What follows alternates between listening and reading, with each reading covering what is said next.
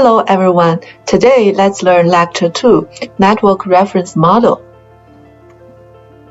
So first let's look at how various information is represented in our life. Actually, the information is represented as data. So first let's look at what is data and how the data is transmitted. So in today's lecture, we will learn the network reference model.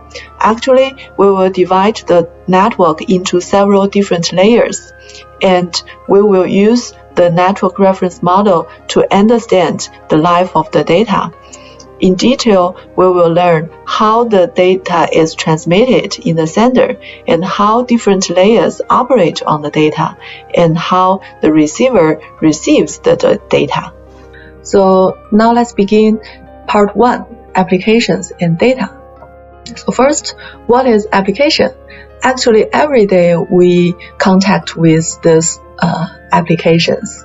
We use a lot of applications in the PC or in our smartphone. So we will use the web browser, we will use the online gaming, we will use the online chatting, we will use remote access, remote login, and also the online video. So there are actually a lot of applications. Several applications don't need to interact with the internet. That is the standalone application. But now, most of the applications need to send or receive data to or from the internet. All these applications, we call it the network applications. And when we use these applications, actually there are information generated. For example, if we access the web browser, we need to transmit some message and receive some HTML file.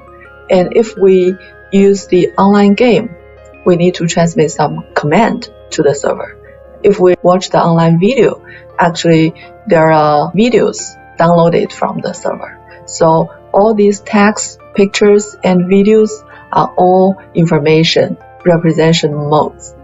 Information needs to be transmitted in the network, but the computer or network can only identify the 0 or 1s. So actually the videos, the text, the kind of information need to be translated into data, which only include 0 and 1s. And the data then can be transmitted from the computer through the network to another computer or another server. So actually that is data transmitted in the networks.